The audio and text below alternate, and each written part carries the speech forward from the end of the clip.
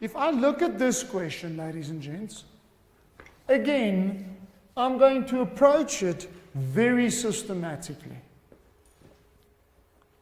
So I'm going to read the information. In the diagram below, two circles intersect at K and Y. Mean anything to me? No. Some of you are waiting for that epiphany, you know. No, it doesn't mean anything. Or not much at least. The largest circle passes through O, the center of the smaller circle. So automatically, I go and look for radii. And because I've got radii, I look for isosceles triangles. Automatically. Before I go any further, I look for those. Remember, I start with a definition and then move out. Theorem 1, yes, I've got a line from the center of the circle to a chord, but I know nothing about the chord, so I'm not going to go further with that one. Theorem 2, angle at center, equal twice angle at circumference. Okay, got that one going. Theorem 3, I don't have a diameter, so that's fine. Okay, now I go and say, okay, let's go to the next bit of information.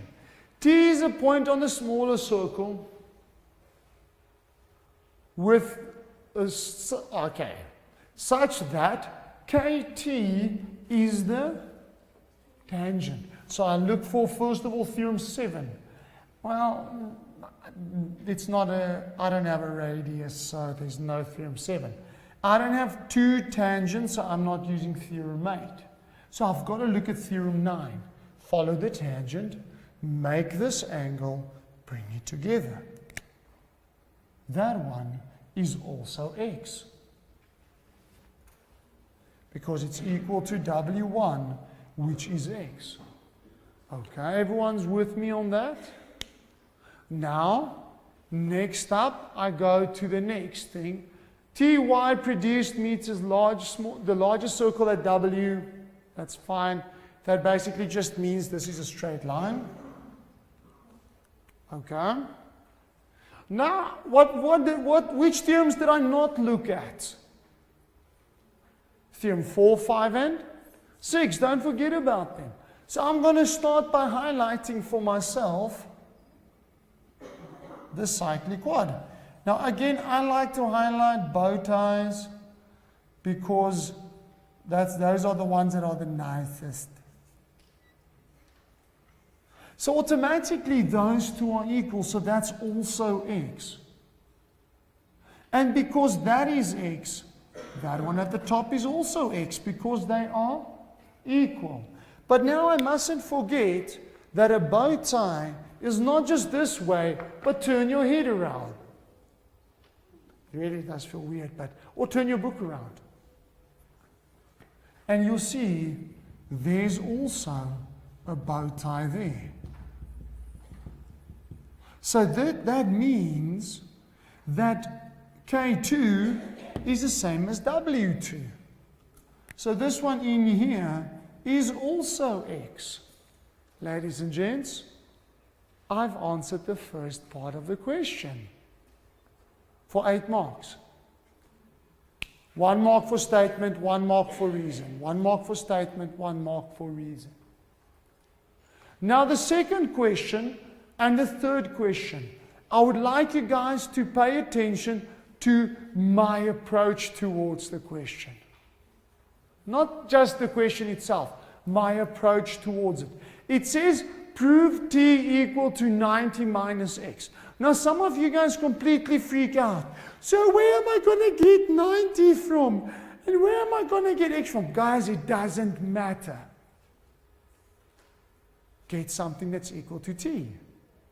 So if they ask me, prove angle K5 equal to B3, start with K5. Get that equal to something.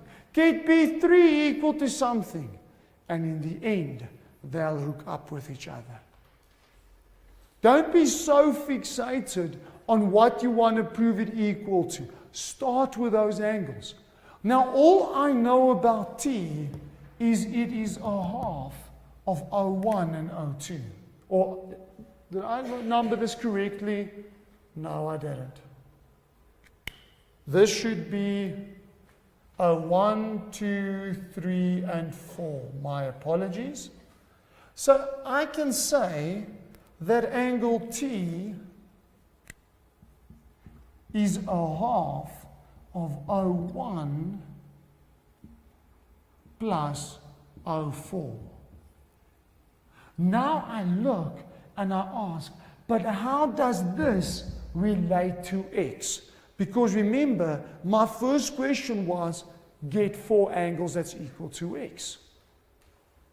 Now I know that O1 plus O4 must be, or well, plus, if I look at this triangle,